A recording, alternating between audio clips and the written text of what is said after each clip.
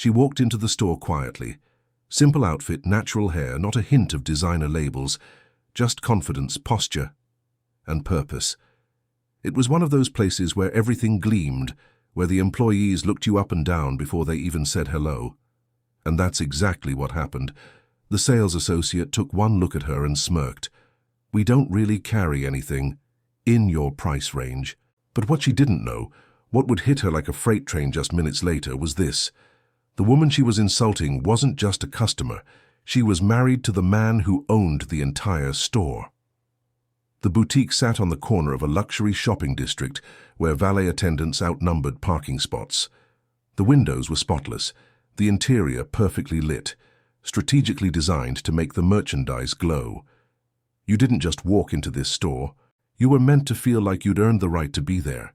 It was late morning, quiet, the kind of day where the staff had time to notice every person who stepped inside. When Maya walked in, she didn't get the welcome others usually did. No smile, no "good morning." Just a quick glance from the woman behind the counter, followed by a look that lingered a second too long. Maya had seen it before, many times. She didn't react. She wore jeans, a pressed white blouse, no obvious designer tags. Her only accessory was a clean leather bag and a gold ring that caught the light. Her posture was graceful, composed. The kind of presence that didn't need attention, but often got it anyway. She walked slowly, scanning the displays. Her eyes weren't wide with wonder, they were focused, curious. She had a reason for being there. Behind the counter, the sales associate, white, mid-20s with a slick ponytail and red lipstick, watched her like a hawk. She wore the store's signature black dress uniform, the kind that tried to scream luxury but whispered attitude. After a moment, she walked out from behind the counter. "Can I help you with something?" Her tone was polite enough, but flat, dismissive. "Just looking," Maya replied, turning her attention to a display of limited edition handbags. The associate took a breath. "Everything here is part of our curated luxury collection. It's, invitation-based." Maya didn't flinch. "I'm familiar with it." The associate folded her arms. "Right. Well, we usually work by appointment, especially with high-end pieces." Maya smiled softly. "Do you do appointments for walk-ins?" "Not typically. We try to make sure we're serving serious clients." There it was. Maya turned and picked up a deep emerald bag with gold hardware. The tag was turned discreetly underneath, but anyone familiar with the line would know. It was one of their most expensive models, nearly $5,000. The associate took a step forward. "That's one of our premium items. It's handcrafted. The price point is significant." "I know," Maya said calmly, running her fingers along the stitching. "It's part of the Luno capsule drop from last season." The associate hesitated. That was correct. Very correct. "You've done your research," she said with forced friendliness. "I have," Maya replied. A silence lingered. Then the associate said it. "Just being honest, you might want to try something a little more affordable. Our essentials line is in the back. It's better suited for—" She stopped, but the damage was done. "Better suited for?" Maya asked. The woman smiled thinly. "People who are just starting to explore the brand." Maya gently placed the bag back on the display and turned fully toward her. "Tell me," she said, "do you make these suggestions based on clothing or skin tone?" The associate stiffened. "Excuse me? It's a fair question. I was just trying to help. A lot of people walk in off the street not realizing the kind of prices we carry." Maya took a step forward. Her voice didn't rise. It didn't need to. "You don't know me. You didn't ask me what I was looking for. You made a judgment, and then you made sure I felt it. Look, I didn't mean to offend you." "You did." The air shifted. The associate looked around as if hoping someone would step in. And someone did. The door to the back office opened. A tall man in a charcoal gray suit stepped out, well-dressed, clean-shaven, and calm. His eyes scanned the room and landed on Maya. He smiled. "Hey, babe," he said, walking toward her. "Didn't know you were stopping by." The associate froze. Maya turned to him, relaxed for the first time since entering. Thought I'd come see the new layout, she said casually, and see how the staff was doing. The man turned to the associate. This is my wife, he said. She helped pick out most of this season's layout, including that emerald bag. The woman's face drained of all color. Oh, I didn't realize. She was just showing me the essentials line, Maya said, not looking at her. The man frowned. Why? I guess I didn't look expensive enough to be taken seriously. The room went still. The associate scrambled. I'm so sorry. I completely misunderstood. I was trying to help. I just didn't know. The man raised a hand, calm, direct. Stop. He looked her dead in the eyes. If this is how you treat our customers, especially the ones you don't recognize, then you're in the wrong business. The woman's voice cracked. It won't happen again.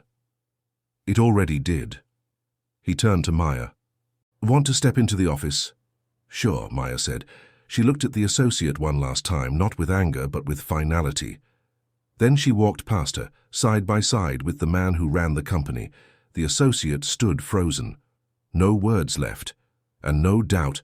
She had just insulted the woman who had more power in that room than anyone else. Like this story.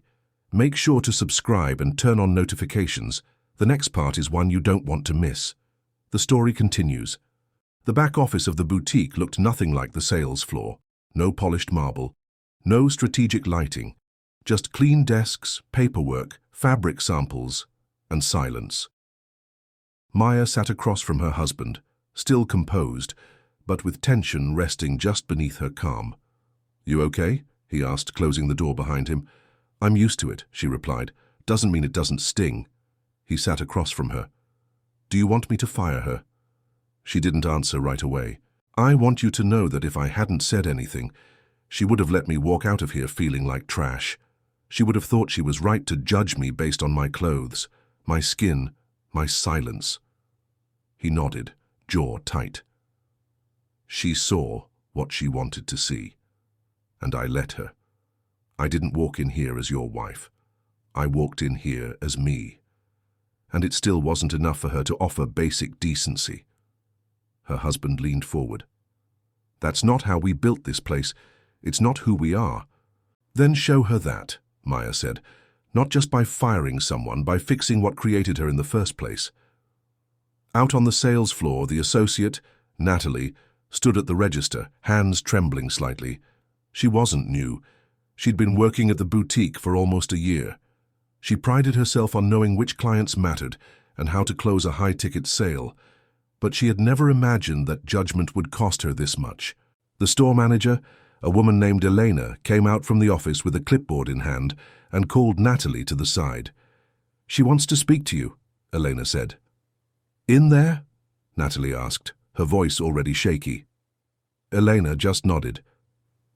Inside the office, Maya stood as Natalie entered. Her husband remained seated, silent now, letting the moment belong to his wife. Maya gestured to the chair across from her. Natalie sat slowly, hands clasped in her lap. I want to hear it, Maya said. From you. Natalie swallowed hard. I misjudged you. I saw someone who didn't look like our usual clients and made assumptions. I spoke carelessly. I was unprofessional. I embarrassed the store, and I embarrassed myself. Maya tilted her head slightly. That's not an apology, that's damage control. Try again. Natalie took a breath. I'm sorry. I treated you like you didn't belong. I let your appearance decide your worth before I knew anything about you. And if you hadn't said who you were, I probably never would have questioned myself. That's the truth. For the first time, Maya saw a flicker of sincerity. You know, she said, there are people who walk through these doors every day who don't have a husband behind that desk. They don't have a title or a name that protects them. They just have dignity, and they leave with less of it because of people like you.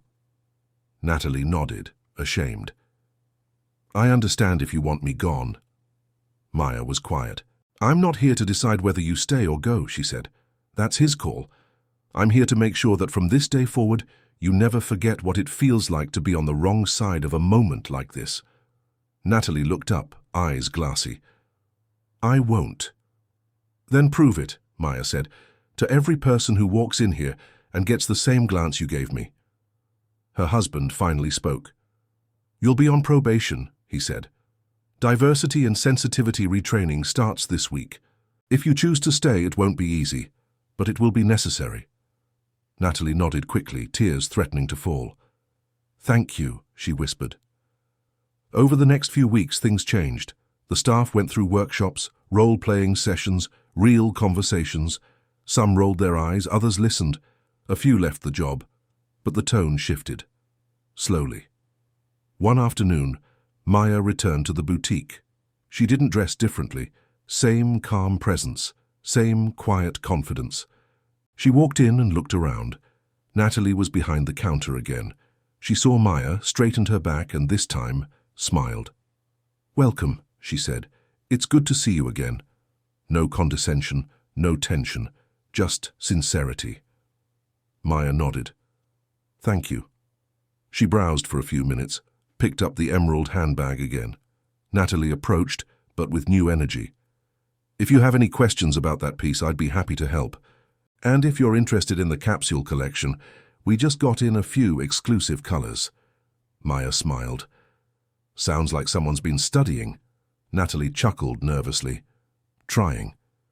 "You're doing better," she paused.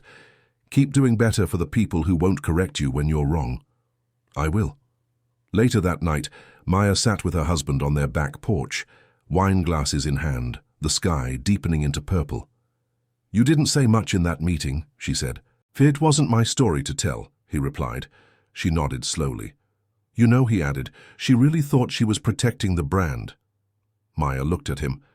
"That's what scares me the most." The next day, a woman stepped into the boutique. Mid-50s, natural hair, well-dressed but modest. She moved cautiously, scanning the shelves with interest but not confidence. Natalie noticed her. She didn't hesitate. "Hi," she said with a warm smile. "Can I help you find anything today?" The woman smiled back, surprised.